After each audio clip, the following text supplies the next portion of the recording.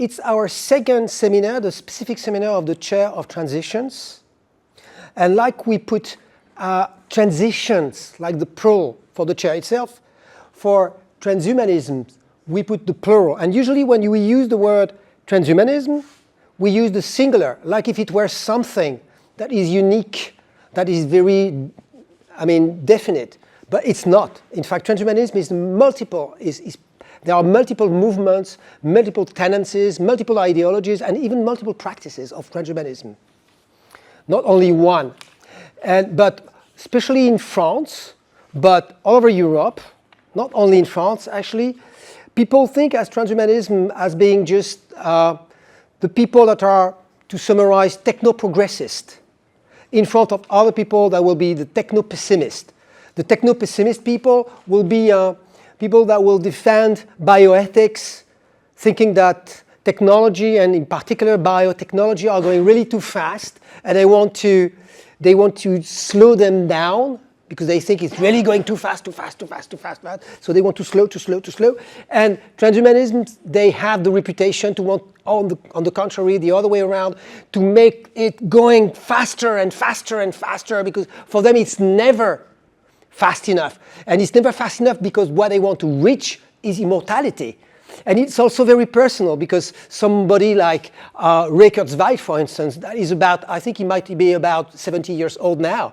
And every year he's announcing that he's going to become immortal, but that's okay, because in 20 years from now it will be possible, and he calculates, and now he feels a little bit bad, I think, year after year, because, he feels that, oh shit, I hope it's going to come over. So there is something some kind of a wishful thinking in those transhumanism. They want it to be fast, so they pretend it's going very fast, so they might think and then might dream that even themselves personally will become immortal. But in fact, we have those transhumanists that are mostly dreamers, but they are not only dreamers, because first, financially, they are really founded by Google and other companies, and even Facebook and other people that really want to reach this point. So there is a lot of money. There is big money, as they say in the US, really big money involved here. And the second thing is that there are also real research. It's interesting to make the difference between real research and real technological capabilities and the reality. And also, and it's what is less known, actually. It's not only one ideology. There are multiple ideologies, multiple projects, and sometimes those projects are opposed. And they are more opposed inside the transhumanist sphere than when we say, on one side we have bioethics, and on the other side we have transhumanists. It doesn't work this way. You have people inside we could say the transhumanist ecosystem that are against each other in a stronger way than transhumanists against bioethics.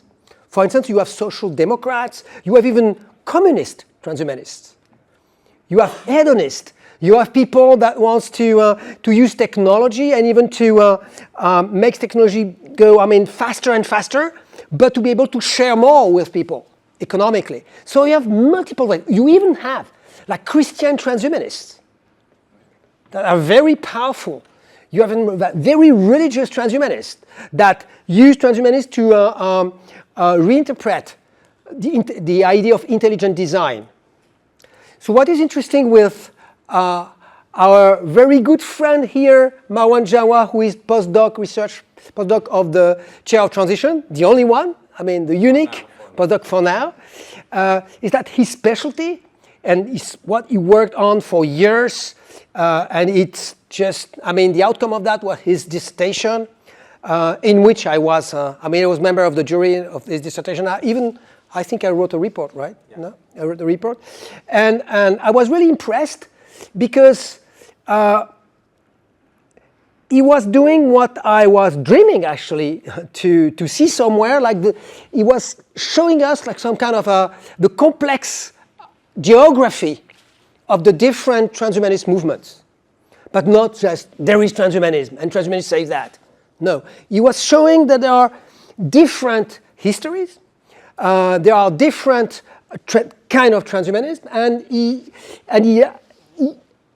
in fact, his dissertation will say, in a way, that's the beginning of something else. That's the reason why when I proposed him to be postdoc, because I think it's just the start. And as you see, in transhumanism, there is trans, so that's the reason why our first seminar will be about transhumanism, about how to transcend ourselves, how to transcend humanity in the way it is now. The floor is yours. Thank you so much. So I think I am going to do it in English, because first I have prepared something in French, but of course, it's a pleasure and honor to have you once again. And before starting, I just want to thank our executive director and our scientific director, Madame Nawal Shraibi and Professor Raphael Liogier, for allowing me to work on this topic, transhumanisms, which is a part of the chair of transitions. It's a scientific field in which we're studying this movement even extensively.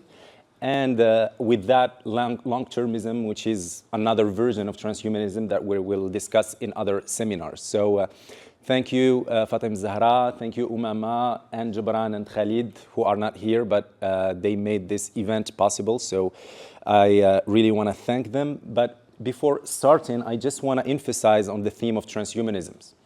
So transhumanisms is an interesting field to study, because it appeared specifically at the right time where the big transitions were intensified, which is the ecological crisis, technological disruption, geopolitical reconfiguration.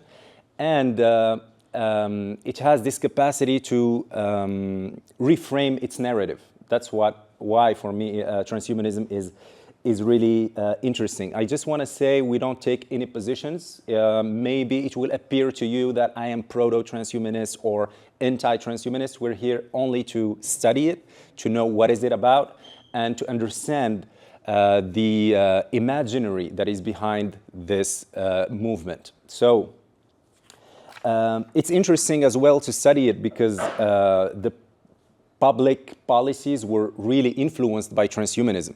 First, when it appeared late 1980s, we had a lot of writing about transhumanism. They produced a lot of papers, a lot of books. And they were not only people who were dreaming of immortality with a naive way, but they were people who were scientific, who were scientists, biologists, who were philosophers, sociologists. So they produced this really huge amount of ideas, of papers, of books. And after that, on 2002, I think, the United States launched a big project called the Human Genome Project.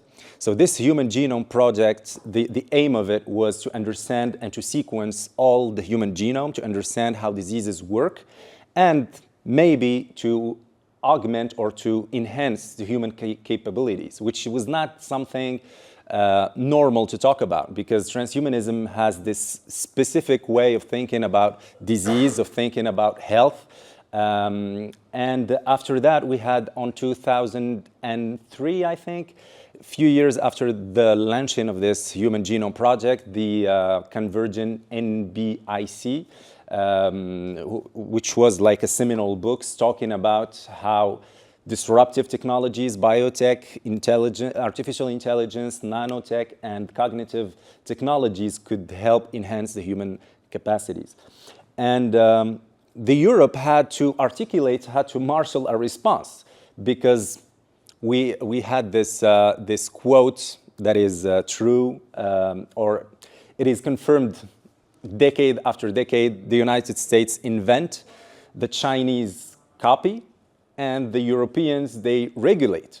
It's always the same thing with AI. Now we had AI Act, and that's why some specialists say that that's why Europe it's always behind the United States and the Asian specialists, because they are in regulations. They think because they were the beginning of human rights, of virtue, of these human qualities, we need to think about these technologies first, and then we can invent. So the result is always this gap between the American technologies and how Europe always wanting to regulate it. So first, how can we define transhumanism? There are a lot of definitions. When I did my thesis on transhumanism, I asked the first question, all the people I interviewed, what is for you transhumanism? So I find a spectrum of definitions, but there is one consensus about what transhumanism is, which is surprisingly the definition of Wikipedia, which says transhumanism is a philosophical, cultural, and intellectual movement that defends the idea of augmenting, enhancing the human capabilities, the intellectual and the moral and the physical capacities of a human race in the absence of disease. So in other words, even if you think you are you are healthy, maybe you are sick without knowing it. That's why they were talking about médecine 4P, predictive, 4P medicine, which means médecine prédictive, préventive, participative, et personnalisée. Predictive, participative, personalized, and predictive, I said it. Medicine. Yeah. So it was in the jargon of transhumanists. And then everybody were talking about it afterwards. So that's how transhumanist ideas were normalized. And so the Europeans had to marshal our response, as I said, and they launched another project called the Human Brain Project from 2013 to 2023. So it's a 10 years project, and the idea here was to understand how the brain works and how can we understand the cerebral activity of human race, and probably to try to understand neurodegenerative diseases like Alzheimer's and Parkinson. So that's how the Europeans, they reacted to it. And now in France, for instance, they have now something that is mandatory, which is digital health. For all the students who are learning, who are in a medical school, which is for medicine, for pharmacy, for nursing, they have something that is mandatory, which is santé numérique, digital health, that they have to study. So that's how I think transhumanism influenced the public policies. But the spectrum of the other definitions, I find the three supers definition, which is super longevity, super intelligence, and super happiness. The other definition that we can think about is a hard transhumanism and soft transhumanism. So hard transhumanism would be something that is more akin to invasive technologies, how we can modify the human body.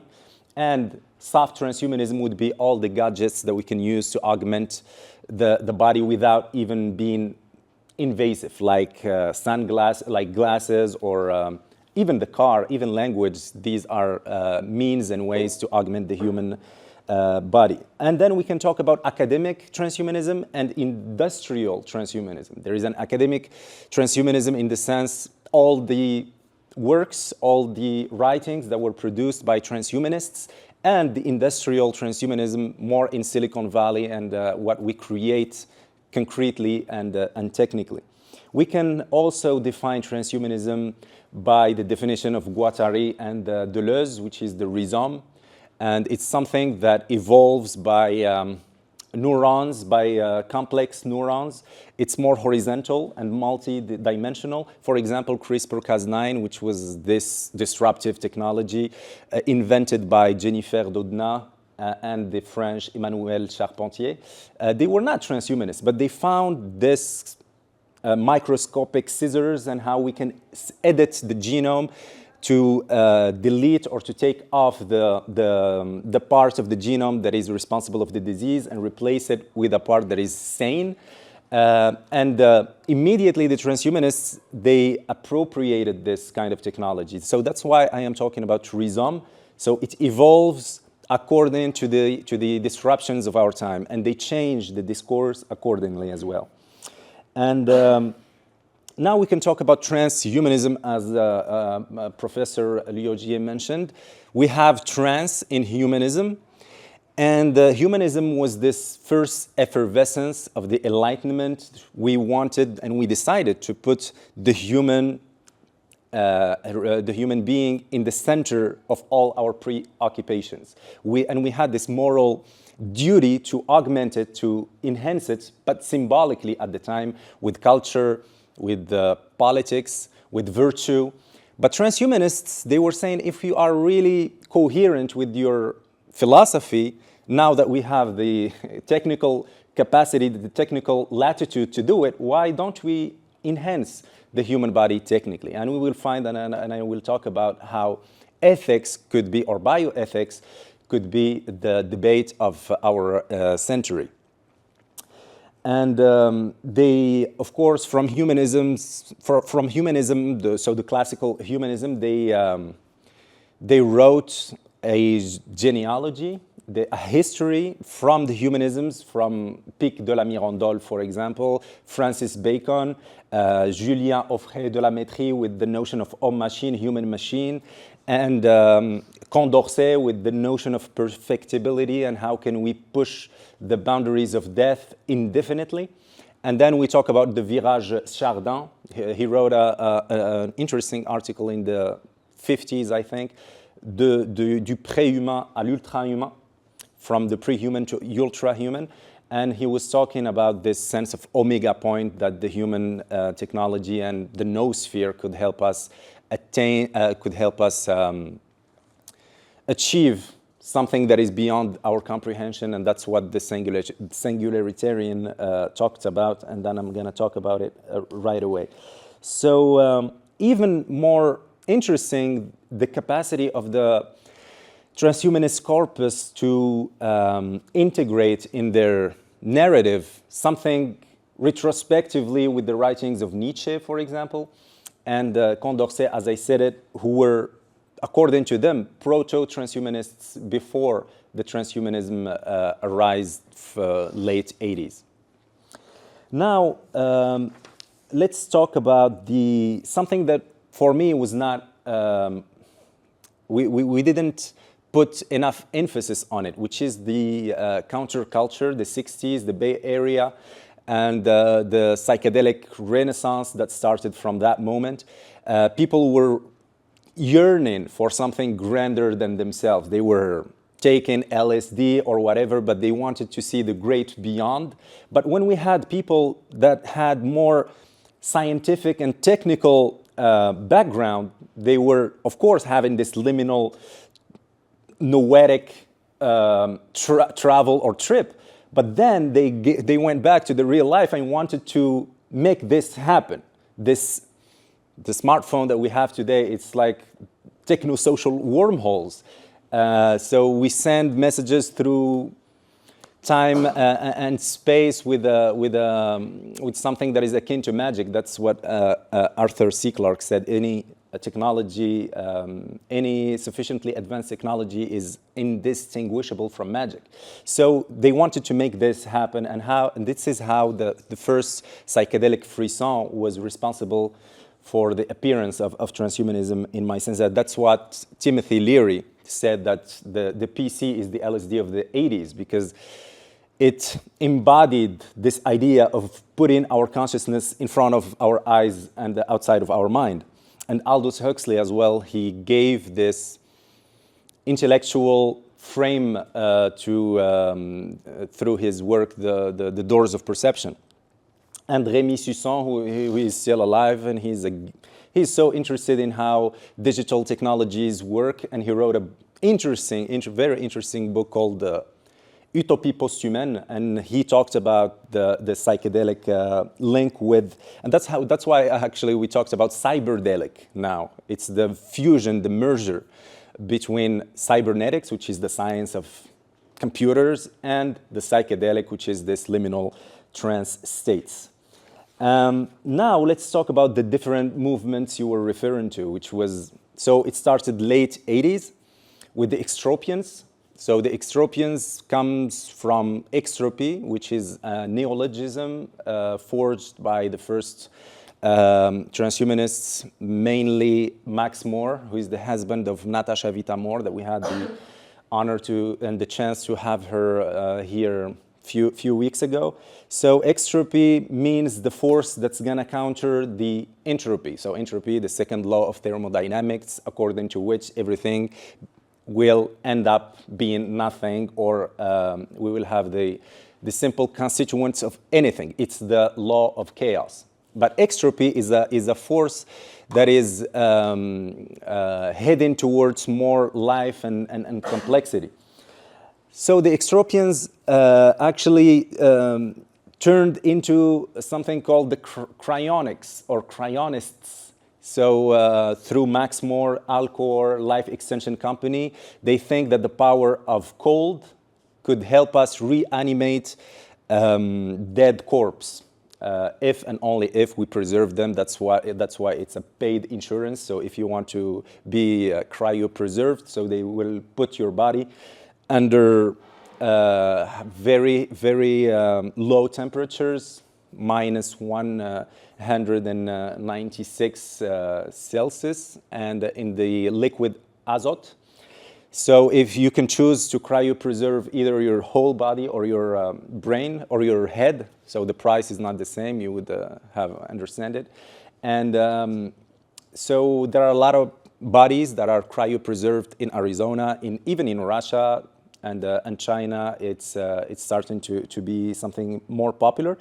Then we had the Immortalists. So these are the people who had problem with death. They think that death is an insult to our human imagination, to our human intelligence. Why would we die? So that's how it started actually, and that's why someone like Francis Fukuyama said transhumanism is the most dangerous idea of our century. So when I interviewed the transhumanists about this quote very specifically, they said, "Thank you, Francis Fukuyama. Nobody heard about us before, but thanks to you, now, under the administration of George W. Bush, they started to marshal a response, of course. So it became more mainstream at that time." So the book that started the Immortalist movement was a book from Alan Harrington. It's called The Immortalists, and it started with this phrase: "Death has become an imposition on the human race, and it's no longer acceptable. Having invented the gods, we can turn into them." He also said that we must never forget we're cosmic revolutionaries, not stooges conscripted to advance a natural order that kills everyone. So some people, especially in France, they started to pathologize the transhumanist thinking, and they identified something like thanatophobia. It's this excessive, obsessive fear of death. But The Immortalists was a book that started this reflection, as I said, and they think that, yeah, it's a danger when we think about it. It's the idea of thinking about yourself and thinking about your death, it's a psychological threat. And when we see the animal kingdom when we have a threat, all the animals, actually, they react either with a flight, fight, or freeze reaction. So we fight the danger if we are a lion, and we fight or we flight the danger, so we try to escape when we are less powerful than the danger itself, than the lion, yeah? And we freeze some insects, actually, they freeze thinking or waiting for the danger or the threat to go away, and then they can go back to the blissful now. To the exception that the human race, they can't do anything about this psychological threat. You cannot fight it, you cannot flight from it, and you cannot deny it, because at the end of the day, it's going to come back the idea that you're going to die. That's why someone like Ernest Becker, who was a Pulitzer Prize-winning book, to give you a pop culture, it's the movie Annie Hall of Woody Allen. They were in a library, and he bought her this book, The Denial of Death.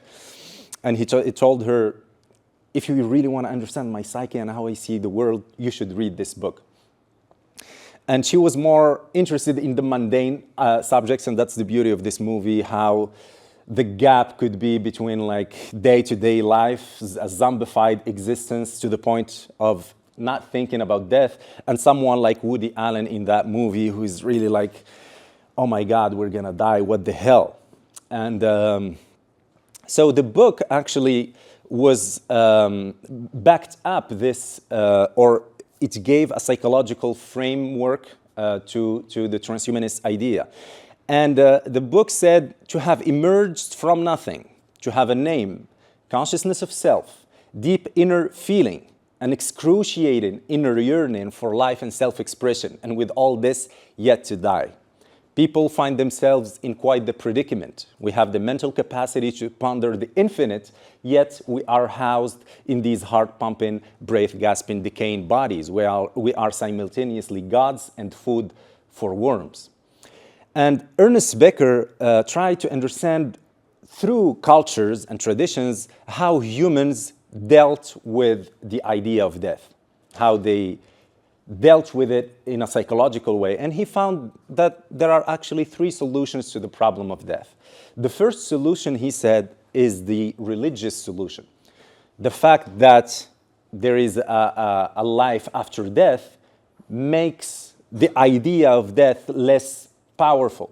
So it helped the people who believe in God, but it does not help the people who are atheists, for example, and that's what happened in Western societies. So that's what Nietzsche actually said.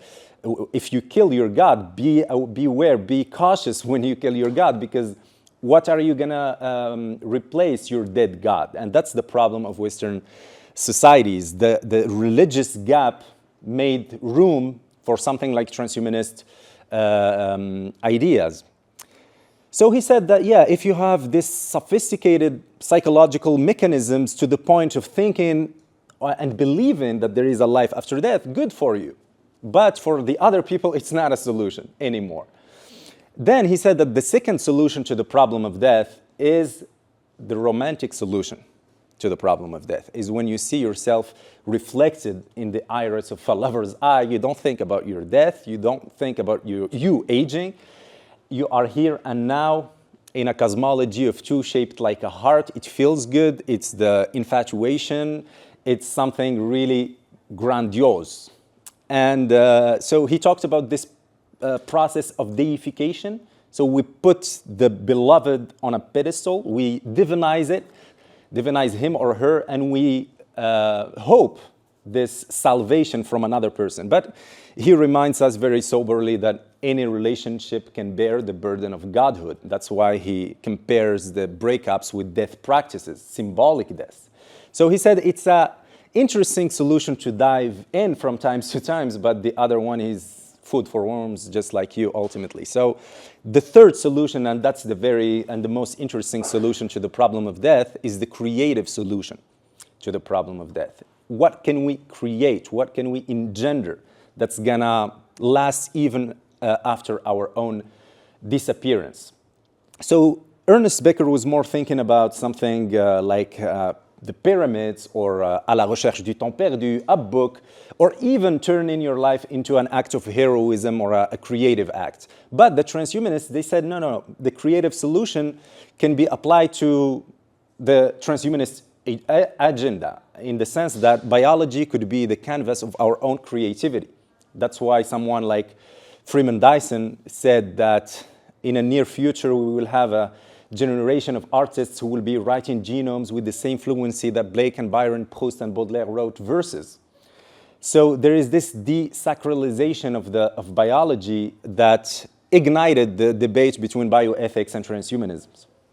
So this is for Immortalists. And by the way, we have biomimetism, I think there is a, when we see the animal kingdom once again, we have the jellyfish, what we call the immortal jellyfish. It's called Turritopsis dorni. It's a jellyfish that doesn't die. It has this capacity to regenerate its own tissue. It dies only by accident. And they think that there is a process called the transdifferentiation, cellular transdifferentiation, la transdifferenciation cellulaire, then that we can apply it to the human body. But once again, we have this bioethics barriers that holds us from experimenting this on the humans. Then we have the singularitarians. Those are the people, as you said, who think that a technological singularity is near, as Ray Kurzweil said. Actually, he wrote a book called The Singularity is Near, which was really not well translated in French. It's called La Bible du Changement. And he wrote actually a new book a year or 2 years ago. It's called The Singularity is Nearer. So it's gonna come before 2045 with the development of AI and all what we have attended to. And so Ray Kurzweil talks about the singularity, and this is a term that is coming from astrophysics to describe what happens when we go through a black hole, where all the laws of physics are no longer working. And the technological singularity is that moment where AI could just hurls us in a world beyond our own imagination, our own understanding. And as you said, we have even the religious transhumanists through someone like Giulio Prisco. So the Christians, they made a work, and that's why I'm going to talk about it just right away. My work within the chair of transitions is to try to see first if there is something that was made, a reflection that was launched through our scientists and ulama in maybe al-Qarawiyyin to think about what's happening, these disruptive technologies. If we come to, I don't know, inverse engineering aging, what is the Islamic position, for example? Because the Christians, they did this job. They created the Turing Church in reference to Alan Turing. And they try to reinterpret the biblical texts according to what's happening today. And they didn't find any incoherence between the Christic goal and where are we heading technologically speaking. So we have the techno-progressists, even they called it the democratic transhumanism. The main idea is using technology to attain this social equality of everyone. And we had this, it's not like all the currents that I was talking about, but something like biohacking and body hacking. So when I interviewed some of them, they were not necessarily talking about transhumanism, but we can think about transhumanism when we see what they're doing. Body hacking, for example, there is someone like Marion Laval-Jantet. It's a French artist. And she had this experiment to put the blood of a horse through her veins in a performance that she called Que le cheval vive en moi. So through une infusion sanguine, elle s'est fait injecter du sang de cheval pour voir en fait ce que ça fait d'avoir le cheval en soi. It's just in... huh? Yeah. She injected the blood of a horse inside herself because she thought that the horse could live through her body. Yeah, in 2011. Then we had someone like Neil Harbison, who put what we called an iBorg, and this gadget helps turn colors into sounds. So, sa musique les couleurs. So it turned it, how we turn color into music. And now he said that he put in clothes, or he chooses the color of his clothes not according to to the harmony of colors, but how they sound. And he went to Brad Pitt, I think, and he put the iBorg in. It's an antenna inside of near his face, and he said maybe Brad Pitt, he's a good-looking guy, but soundly speaking, it's horrific. So and his girlfriend, she's called Moon Ribas. she put an RFID on her, it's a puce RFID, puce, on her, first on her foot, and the RFID was connected to a database that, that is responsible of seismic activity. So each time there is a seism, she received like a vibration. And now she said that she doesn't only have a heartbeat, but also an earth beat. And it's called, actually, the performance called the seismic sense. And she turned these vibration into dance. So these all are artists, but they find, they are looking for this first frisson, these new sensations. And it's about actually, there are a lot of movies and TV shows that are talking about this. Biohackers, actually, on Netflix, it's an interesting one. And by the way, even transhumanism first was confined in small academic circles. We still have this problem with transhumanism. I experience it with my students, for example. Have you heard about transhumanism? Actually, 99% they have not. And when I told them, have you watched Black Mirror? They were like, yes. So Black Mirror, actually, it's a dystopian version of transhumanism. And we need actually more, I don't know, optimistic vision of transhumanism. But we have this part of our brain called the amygdala, so we only pay attention to what's going wrong than what's going right. So now I'm just gonna invite you finally to an immersion through the transhumanist lenses to try to understand how they think. So first of all, there is what we call the technological disruption. They believe in it. They think that disruption, it's like great art. It's at the same time surprising and inevitable. So it's surprising because you're like, oh my God, what's going on? It's the same that happens to us when we hear for the first time a beautiful music that's gonna become our favorite music. You're like, something's going on. So it's surprising. And then it's when we look backwards, retrospectively, it's inevitable. And that's what happened with internet. If you ask the new generation about internet and social network and social media, they're like, it's obvious. They even ask us how we did before in the internet. It's something that is so paradoxical.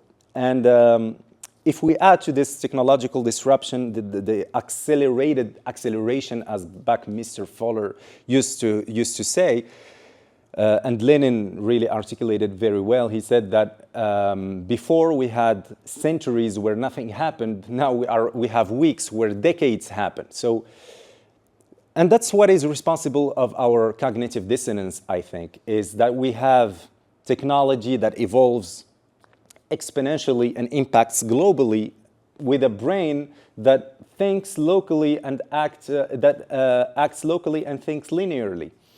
And to help people understand how technology evolves exponentially, there is this beautiful metaphor, an example from Jason Silva, who took it from Ray Kurzweil. It's called the 30 steps. So if you take 30 linear steps, you go from 1, 2, 3, 4, by 30, you get to 30, which is obvious. But if you take the same amount of steps, but you think about them exponentially, you go from 1, 2, 4, 8, by 30, you get to 1 billion. And Ray Kurzweil said that's how technology evolves. And that's the reason why the iPhone or the smartphone in your pocket today is 1 million times cheaper, 1 million times smaller, and 1,000 times more powerful than we used to be a supercomputer that was half a building just 45 years ago. The second thing, I think, it's what we call the ontological designing. It's the idea that was, again, formulated by Marshall McLuhan. We shape the tools, and then the tools shape us.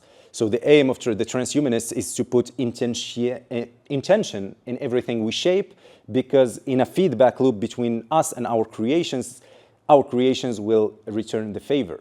That's what Stephen Johnson, again, in his book, Where Good Ideas Come From, he was talking about architecture, and he was saying that the way we shape architecture can induce a feeling of beauty and awe, or a feeling of boredom and angst. So that's why we have to put l'intentionnalité in everything we are shaping. Then there is this concept called the extended mind thesis. It was first coined by Andy Clark and David Chalmers. These are philosophers of the cognition philosophers. And they said that actually technology is not something unnatural. Technology is a part of us. Just like the spider web is a part of the spider, technology is a part of the humans. And they give this example from the first moment that the first human picked up a stick to reach a fruit that was on a high tree. We use this stick as an extension of our body.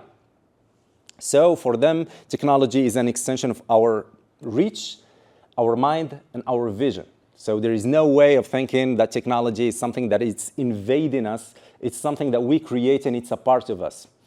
And there is this idea of co-evolution between humans and technology. We cannot think of the evolution of humans without thinking of the evolution of technology. And by the way, when we discovered actually fire, this technology of fire had immediately something that is more tangible morphological transformations of us. The size of the human brain before the discovery of fire is not the same size after the discovery of the fire. The same with language. Some theorists, they think that the technology of language is partly responsible of the emergence of consciousness. So if you draw a line between language, before language and after language, you will have primates just émettre des sons. They just they produce sounds hoping that they're gonna understand each other. And after language, we have someone like Shakespeare or Baudelaire. So language reveals to the mind what the mind thinks about itself. It's a singularity moment, just like AI. And so Eric Davis actually talked about this, Kevin Kelly as well. He talked about the technium. It's something that evolved. It's like the technosphere that we talked about, the noosphere. And it's the sedimentation of everything that we created and that is shaping us back. And so the other thing to understand how transhumanists think, and that's going to bring me to the last invisible slide. It's the argument that says we are not the end of our evolution. Bioethicists, they think that humans, as we are now, it's something that is arrêté. It's something that is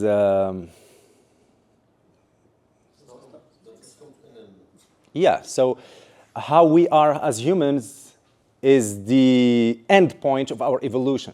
Whereas transhumanists, they said, no, if evolution there is, it means that we have always evolved through times. We didn't have the same body, we didn't have the same morphology. So there is no way of thinking that humans should stay this way. And that's the problem with bioethics, or the debate between transhumanism and bioethics. DNA is sacred, but for the transhumanists, it is not. We're just made of organs, and that's what what I call the la lecture informationnelle, or the informational way of thinking about things. It's the idea that the world is made of words, and if we know the words the world is made of, we can make of it whatever we wish. DNA, it turns out, it's code. It's A, C, G, and T's. And actually, the epigenetics confirms this theory that we are made of code, we are made of language, we're alphabetic beings all the way down. So now let's talk finally about the debate that's gonna shape the meta narrative of our of the contemporary era, which is transhumanisms and bioethics. So there is an arsenal of concepts from the transhumanist side and from the bioethics side. So, for example, bioethicists, they defend the idea of Hans Jonas, which is the precaution principle, responsibility principle, and the ethics of the finitude. So if you are human, what defines you as human is the fact that you are born and you age and you're gonna die. The transhumanists, they said no, this is not something that should be defining humanity or human beings. Actually, they're not talking about human beings, they're talking about human becomings, so because we evolve through time. And they said even aging should be a pathology. Actually, someone like Aubray de Grey that I interviewed through my thesis, who had this foundation called Sense, working only on longevity, trying to understand how the senescence process works. He identified actually 7 biomarkers, and he thinks that aging is a disease because it has everything to do with a disease. So why should we passively accept it? Because we have been culturally programmed that what defines, again, a human being is aging and before and after aging, death. The second principle that is not accepted from the transhumanist side is the precaution principle. And to this, they oppose the pro-action principle. So if precaution principle is not advancing innovation in the name of some intangible or potential risks, the pro-action principle said we should promote innovation, experimentation, and by measuring those risks and not being stopped by them. So I find this really interesting, and they defend actually what they call la liberté morphologique, or the morphological freedom, which is an interesting way of inseminating those and disseminating those ideas, is the fact that your body should belong to you and not to a state or whatever. So you have to be able to do whatever you want with your body. So we have, before transhumanism, this debate, biopower, biopouvoir, biopolitique, the social control. So your body is not totally yours. And if you think that your body is yours, think about the l'IVG, l'interruption volontaire de grossesse.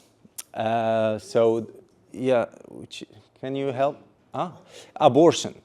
Abortion, it's a way, how we regulate it is a way of practicing a power over the bodies of our population. And even we were talking this morning about euthanasia.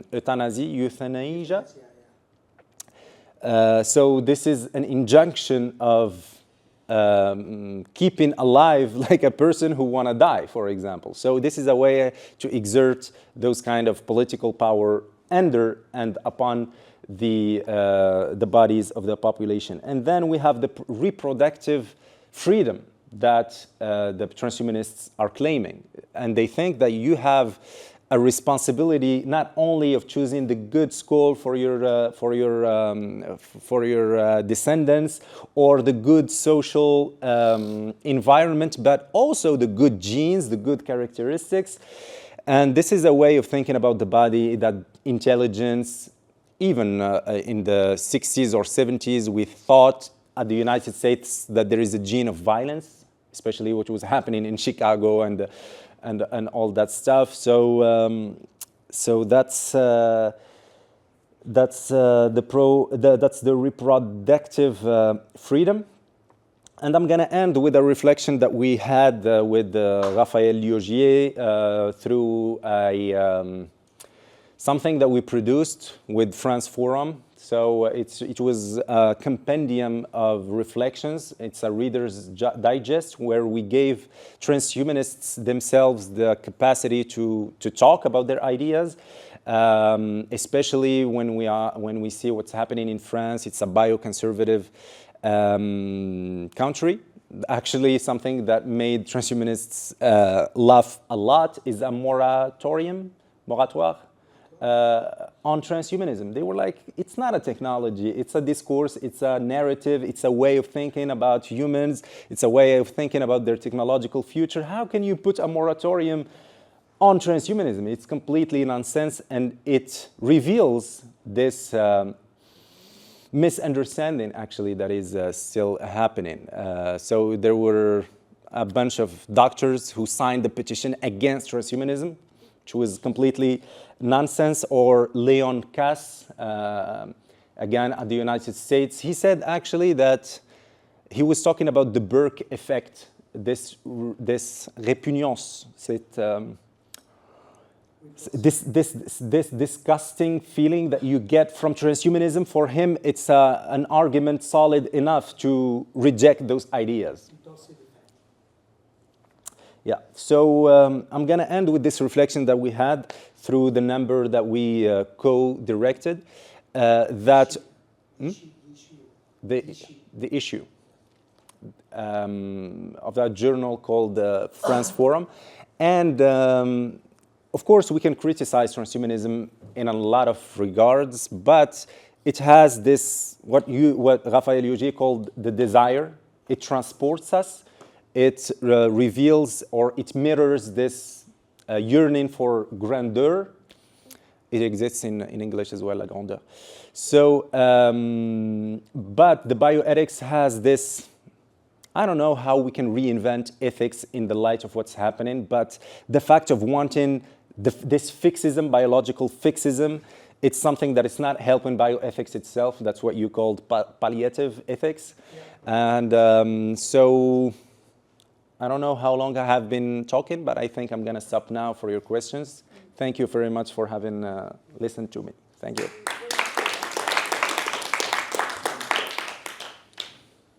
The floor is yours to talk about palliative ethics. Yeah, go. Yeah. First of all, thank you so much. It's a really, really great pleasure, great honor. Like a unique appearance. You kind of speak French, but okay. It's so sorry. Yeah. So it's so great, first point. Secondly, I think it's really great food for thought. May I share with you I'm layman, but from my understanding.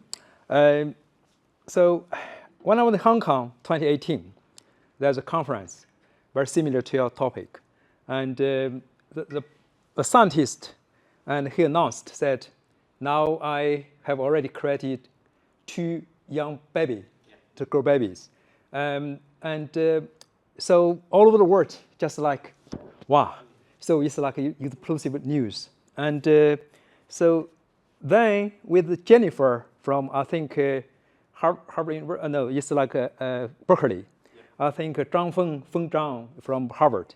So the 2 guys, they started, like around 10 years ago, like CRISPR, like CRISPR, scissors, gene editing. And in principle, so we human beings, we have already achieved. For instance, if I want my baby to grow taller with skin and eye color, in principle, yes.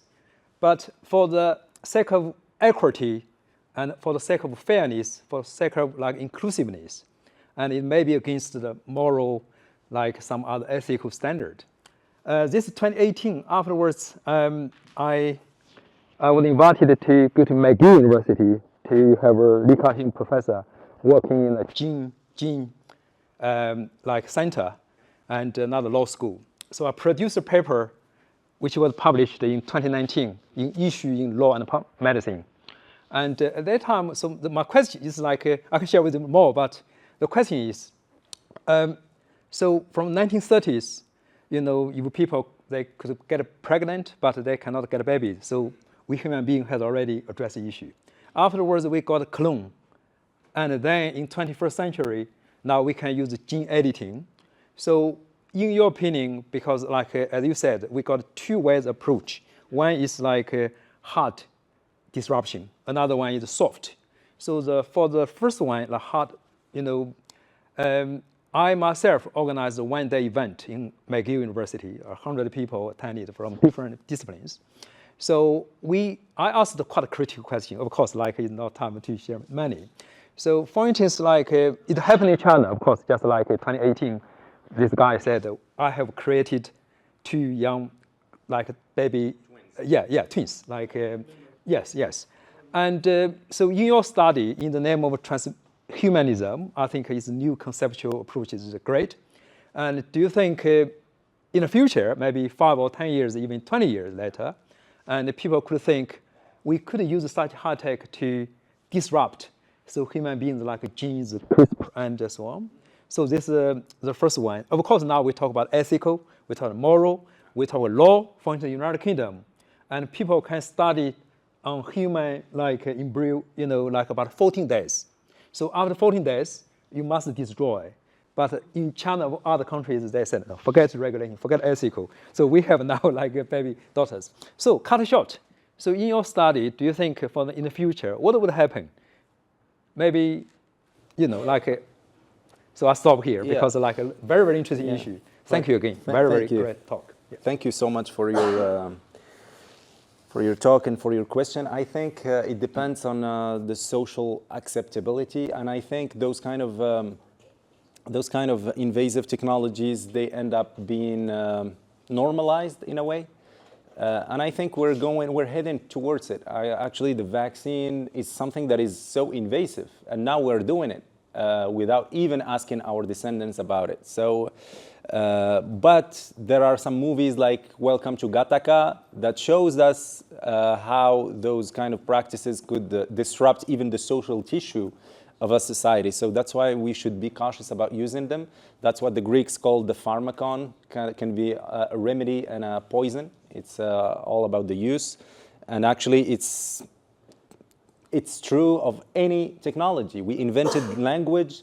We could write beautiful Shakespearean verses, and we can spread hate speech, hatred, and insults. Actually, the fire, we could burn our enemy or just cook our food and help our stomach. So it's a double-edged sword.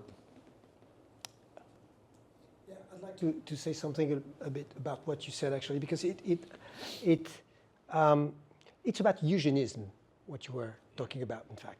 And I think there is a very deep misunderstanding within human civilization today about what is eugenicism and what it is not.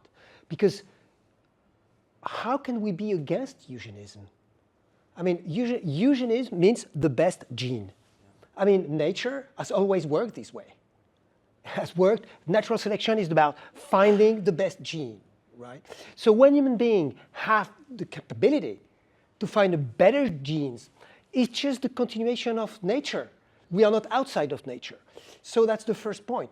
But when you actually put an ideology behind it, not becoming pragmatic, saying, I've got to stop, or I've got to do that. In fact, they are the ones to do what is supposed to be the worst in what they call eugenicism. And I give you an example and something, I wrote an article about it, and there was, it makes some kind of a scandal in my country when I wrote that, because I said, people that are against, people that are today bioethicists, in a way they don't see it, but they are structurally Nazi. Why? I will tell you why. Because in fact, if you look closely at what did the Nazis, they weren't eugenists at all. They call it being eugenists, but they weren't. Because the people they actually focused, they weren't the weakest one.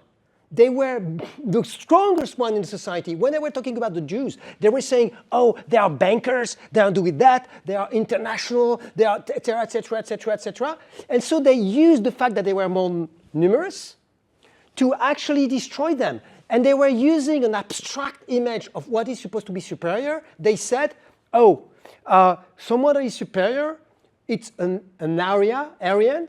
But in fact, the real Aryan, if you took the word Arya that comes from India, they are not blonde and with blonde hair and blue eyes. They are not at all. But they invented the image of the Arya, which is actually them. And so they said, in the name of our superiority, we've got to destroy a certain part of the, but it was completely ideological. It wasn't pragmatic. If they had been really eugenist, they would have said, let's preserve those people because obviously they are more efficient than we are. So having said that, when I'm saying that, I'm saying that people could say, if you're a eugenist, you might, for instance, kill people that are handicapped, right? That are disabled or things like that. It's exactly the other way around. Because someone that is really a eugenist and is really pragmatic, as long as someone that is supposed even to be handicapped is able to be born at a certain time in history, we can assume that maybe he will be useful later, he will be a great mathematician, and if we are able to make him survive now, pragmatically that means that we have. So we don't take the decision to destroy anybody. We can enhance things as long as it is profitable, as long as it is positive, but we don't interfere in a negative way by destroying people while preventing something to happen. When you prevent something to happen, you are actually the ideological one. And you know what? I took in this article a legend or some kind of an Oriental story that is an Arabic story that is the story about Samarkand. It's the idea that death was actually, somebody heard that death will wait for you in a certain place, or I don't know where. And so he escaped, and he went to Samarkand, but it's actually where death was actually waiting. And it's exactly what we are doing when we're saying, oh, we have to be against eugenics, etc. And we are doing things that are completely artificial, preventing things to happen, and there will be worse things that will happen if we prevent things to actually happen. So the real ethics doesn't have to be what I call also, there is another word that I call like morphological fetishism. Because we are talking about ethics, but as far as I know, when we are talking about ethics, we are talking about morality. And morality is to be too different from what is physical. But when you look at the bioethics laws, and when you look at the supposed to be explanation, when they talk about ethics, at the end of the day, they say, we still have to have the same morphology. We have to have the integrity of the DNA. But I mean, what is the DNA? The DNA is the morphological program. And so why the morphological program will be holy, will be sacred? Because we forgot about real transcendence. Now transcendence is just the fact that, oh, that's the morphological program. Because we don't have anything left but this morphological program. But this morphological program hasn't been always the same even for human beings. If we go on the larger scale, like let's say thousands of years, even the DNA of human beings has changed, even if it is slower. So why can't we change it now? I don't know. That's not supposed to be. I don't think it is. I mean, the real ethics is to believe that there is something that is not physical, so you don't discuss by putting other arguments that are in fact morphological arguments. It's what they do now in bioethics and things like that. Mm-hmm. Yeah, it's just about immortality as well. The transhumanists, they say that the first, for example, writing in the history of humankind is l'épopée de Gilgamesh. Is the immortality. Yeah, it's always about that. But the dream of immortality. It's something human. Yeah, and even Kierkegaard, I think, he said that man cannot live if he doesn't believe that that he has something indestructible within himself. So. I don't know if you have questions, even in French, Arabic.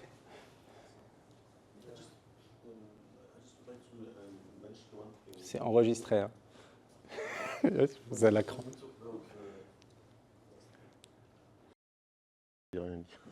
When we talk about the DNA, only 2% of the DNA is known. It's the part that codes for protein. That means that 98% is what we call the junk DNA, and we don't know what the role of this thing is. So maybe we can have a lot of hypotheses and forecasts, but something might happen down the road that we have no idea about. The unknown. Yeah. Yeah. So many things to say, but I mean, going to calm down because it's a subject that I like very.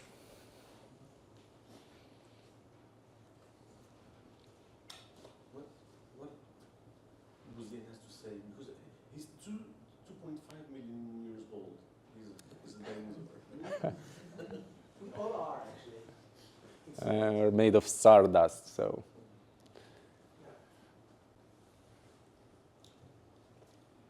When did transhumanism start? You mentioned an example of Yeah. using a stick to pick up a fruit. Yeah. Is it transhumanism? Actually, transhumanism as a cultural philosophy started officially late 80s. But there is also this debate who invented the word transhumanism. Some say that Dante in the Divine Comedy, he used the term transhumanar, quelque chose comme ça. And there is Julian Huxley, who was the first president of the UNESCO, used the word transhumanism as actually he was talking about the evolutionary humanism as a guide for UNESCO. But there is as well this French engineer, Jean Coutreau, who apparently would use the term few years before Julian Huxley. But there is proof that they used to write to each other, they knew each other. So I would say transhumanism has appeared before they coined the term transhumanism, if we believe the extended mind thesis. So once you augment your body with a tool, if you define humans as tool-making animals, then being human is to be transhuman. Yes, so what's the difference between humanity and transhumanity? What's the difference between humanism, and transhumanism? Because if we used to, I would say since the that beginning, yeah, humanism used to augment and enhance the humans symbolically, with culture, with virtue, but transhumanism uses what's happening, disruptive technology, to have more technical enhancement, not just symbolically. And that's the difference, because back in the days we didn't have the technological means to sequence the genome, to create the gene editing tools. That's the specificity of transhumanism today. There's just something that I would like to specify. It's just you mentioned this idea of palliative ethics that is part of my work when I'm criticizing people. Why do I talk about palliative ethics? Everybody knows, I think, what is a palliative, house where people are supposed. It's when you don't have anything else to hope than death, one or another. So you implement. I mean, you try to maintain life the way it is, erasing all hope of something else.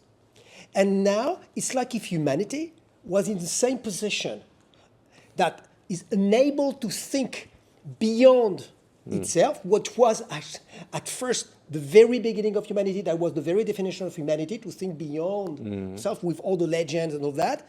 And now, when our people are talking about ethics, basically they're saying, don't touch anything. I mean, we know that we are all going to be destroyed, that there is no meaning, like in the absurd theater, in France. There is no meaning whatsoever. And so let's pretend there is a situation where we forget about the fact that there is no meaning, and we forget about the fact that everything is meant to be destroyed and don't exist anymore, like if it had never existed. Even they say that. And so let's stop trying to hope more, just live our lives right to the end and it will be over, but don't change anything. Don't even change the way we eat, our morphology and everything. It's very good. Let's die slowly. It's the idea of ethics nowadays. It looks like what Schopenhauer, the German philosopher, says when he represented life as a process that, is just drive us to death inexorably. And he says, the only thing we can do, there's something that is just to sit aside the river that is growing and growing and growing, and we are going to be killed with the water. But by the time it happens, we just sit there, we look at it and we say, oh, that's so beautiful, and that's so great. Oh my God, we feel so good and everything. Forgetting. It's the idea of let's forget. Yeah. So what I think is interesting with transhumanism is say, no, we don't forget. Let's try. Exactly. And that's fine. That's the everlasting dream that made humanity what it is, and that's fine. Mm-hmm. Yeah, on this, some people like Sheldon Salomon, they made a documentary based on the works of Ernest Becker called The Quest, Flight from Death, The Quest for Immortality. And the Sheldon Salomon, who is a psychologist, he said exactly this: the explicit awareness that we are breathing piece of defecating meat destined to die and ultimately no more significant than a lizard or a potato is not especially uplifting. So it's exactly this, how bioethics just promote this idea of you're gonna die, but just biological fixism or morphological fetishism. It's not something that's helping bioethics at the first place. So that's why we need to reinvent the ethics if we want to have a fruitful debate with transhumanism. Even when we talk about clone, like clonage, why not? I mean, at the end of the day, that's just a new way to reproduce ourselves. Yeah. And in history of life, clonage is a regular way, actually. And when you have twins, well, real twins, it's actually the same thing. That's the same process. So when people want to stop, they say, no, it's awful. They see it for different reasons. They saw it for different reasons. One of the reason is very interesting because I think it's a religious one, like hidden religious one. Because they don't believe in anything, they don't believe in the soul anymore, but they think that if we put something that looks exactly the same, it will be the same, and that's monstrous because it's like if it were taking the identity away. And by saying identity, they mean the soul in which they actually don't believe in. And it's completely mad and contradictory because myself, I believe in the soul and I believe in transcendence, so I don't care. If there is a clone, I say that's not our way to reproduce, and that for me, that doesn't take the soul because I'm not a morphological fetishist, because I'm not a materialist. If you really if you are not a materialist, you don't care about the way people reproduce and everything. Yeah. Because that's multiple processes. And now, if there is a new, I did one day a debate with the French Minister of Health at the time that was against the one that Jean-François Mattei that made the first act of parliament that became the bioethic law. And he thought that what I was saying was, totally mad and awful, etc. I said, no, but look at the end, the end of the process. Why do you want to prevent that? I mean, and you know, they will distinguish reproducing clonage and how do you say that? When you just clone an arm or something, but not the entire body, not the other person. How do you say that? Well, yeah, exactly. Prothetic clonage. And they said here they started a debate like that with the different researchers that were there. They were saying, so we are all against reproductive clonage, but now we are just going to discuss about prothetic clonage. I say stop the discussion because myself, I don't have anything against reproducing clonage, but I'm a little bit skeptical on the contrary about prothetic clonage. And say why? Because for me, reproducing clonage is just a new way of reproducing ourselves. Let's say it's an evolution, but that's fine. It doesn't change anything about the sacrality of life and all that. And two clones are actually different. Yeah. And if we think they are the same, it's just a cognitive problem. Because we think if we don't see if aliens, out of space people were seeing us, they will think we're all the same. And when they will get used to see us, step by step, they will distinguish us because it's the way our sensory system and our brain works. But with the other one, that you just clone an arm or an eye or something like that, that's different. Because that means it's going to be commercialized, it's going to enter into some kind of network, and so that's more problematic for me than a new way of reproducing ourselves. That is just a new way to reproduce ourselves. And they said, when they were short of arguments, they answered, yes, but, and if it is not as efficient as human, if it is not as efficient, we don't do it. I'm not saying that we are going to do something that is less efficient. Of course. It's not. Yeah. There is also this idea of playing God. We are afraid of playing God. And someone who was asked, actually, yeah. Bad interpretation of hubris. Yes. Playing God. But a transhumanist actually was asked, aren't you afraid playing God? I think his answer was really good. He said, who's playing? You know, he's playing with who? Yeah. Thank you so much for the presentation, Marouane. Thank you. And unfortunately, I wasn't here for the beginning. No worries. But my question, I very liked the idea about a survey on how fuqaha and Muslim ulama can be in this kind of debate. And but my question is about the sociological aspect of transhumanism.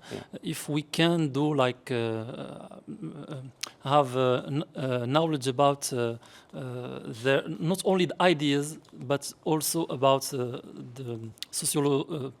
la socialisation, and also about politically which kind of links with the right, with the leftist movement, with and also in terms of champ sociologique, if the field, yes, if there is links with other ideologies, and because if we take only the question of biology or of transformation, I think we can find every kind of these ideas into a lot of fields. For example, I'm working with families of the disappeared in the sea, in the Mediterranean Sea, and I'm doing this interviews with people in the rural areas in Morocco, in Tunisia, and people, mothers, all-time illettrés, leur première revendication, c'est de faire des tests ADN, for example. And they not only believe, but it's their own, and I think it can be the same thing about IVG and about other, but en dehors de ça, quelles sont en fait vraiment les questions aussi qui dérangent politiquement? Exactly, disturbing things about politically. We had here a conference with Khalil Dabi, who explained also some things about transhumanism and singularism, these dangerous links with the new ideological aspects with AI and neoliberalism, and also in the heart of some new governments, fascist governments also. If there is this also like a real new ideology in the heart of new governments, or it's only philosophical debates and technical debates. It's part of your long-termism study. Yeah. The long-termists are very much like you are. Yeah. So to answer your question, of course, my thesis was about what you asked. I even studied what I call the itinerary, the transhumanist itinerary, and I applied the theories of the American sociological school. It's called the symbolic interactionism. And interactionism. Goffman and so on. Yeah, Goffman, Howard Becker, and my aim was to understand first how can a normal person turn into a transhumanist? They are normal, actually, but what happened on their trajectory that made them transhumanists and consecrate all their life to this cause, which is transhumanism. So I found a lot of things. They changed their names. For example, Max Moore, I was talking about, he was Max O'Connor. Natasha Vitamore was Nancy. There is another guy called Tom Oro. He changed his name, FM 230. He died before 230. So we can see how an identity can be consumed by this cause, which is transhumanism. And of course, I did this geographical analysis. For example, the French transhumanists, they are more on the left, whereas in the United States or on LA and Silicon Valley, they're more libertarian, they're more on the right. And we have like something in the middle, and I talked about the religious vein of transhumanism. So yeah, I did this job, but now is the time to work on long-termism. And they use actually the threats you were talking about to start a new movement. It started with McCaskill and Nick Bostrom. 2019, I think, was the first long-termism book that was published. And we want to work on and use your concepts about the analytical ethics and analytical philosophy, and how can we use mathematics to evaluate the risks and taking this idea of next generation, but to the extreme. They said if you really care about the next generations, let's talk about the far generations, about 100 or 100,000 years from now. So everything should change. We should not prioritize poverty as a sociological, as a social issue, but rather give a lot of money to some people like Elon Musk because they have more impact on humanity than you and I, for example. So it raises a lot of ethical questions that we should be working on. It's interesting because many people believe that. Many people believe that. It has it has social effects that are huge social effects. But what is interesting also with long-termism, it is that it is symmetrically the opposite, the total opposite of the responsibility principle, like precaution principle, of the total opposite. But with the same idea that you have to think further, you have to think like 1,000 years, 10,000 years, but they have a complete different view on what it means to think like 1,000, even 1 million years ahead. Anyway.